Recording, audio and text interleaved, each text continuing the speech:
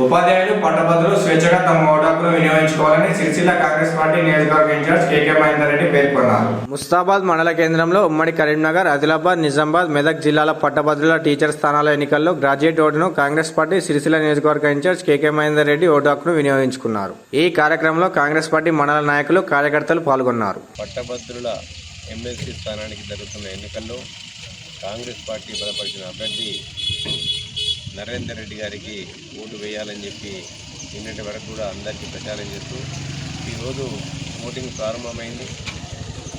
చాలామంది యువకులు, నిరుద్యోగులు, ఉద్యోగులను చూసినట్టయితే వారందరూ కూడా గౌరవ ముఖ్యమంత్రి యనుమల రేవంత్ రెడ్డి గారు కాంగ్రెస్ పార్టీ అధికారంలోకి వచ్చిన తర్వాత దేశ చరిత్రలో ఎవ్వరూ లేని విధంగా, ఏ పార్టీ చేయని విధంగా ఒక్క సంవత్సరంలోనే 56,000 ఉద్యోగాలు వివిధ శాఖల్లో, అలాగే 11,000 మందిని డిఎస్సి ద్వారా టీచర్లను రిక్రూట్ చేయడం జరిగింది. దాంతోపాటు యువతకు అండగా ఉండాలని చెప్పి స్కిల్ యూనివర్సిటీని ఓపెన్ చేయడం జరిగింది.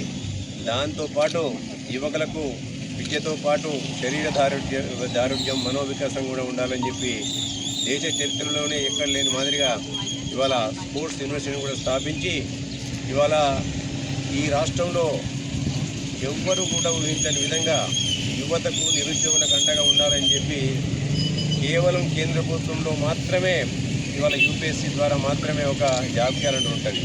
ఆ విధంగా ఈ రాష్ట్రంలో జాబ్ క్యాలెండర్ కూడా ఇవాళ వారు ప్రకటించడం జరిగింది. వీటన్నిటితో పాటు కేంద్రంలో ఉన్న మోడీ గారు సంవత్సరానికి 2 కోట్ల ఉద్యోగాలు ఇస్తారని చెప్పి 11 సంవత్సరాల కాలం నుండి ఇంతవరకు కూడా ఏ ఒక్క ఉద్యోగం ఇచ్చిన పాపాన పోలేదు.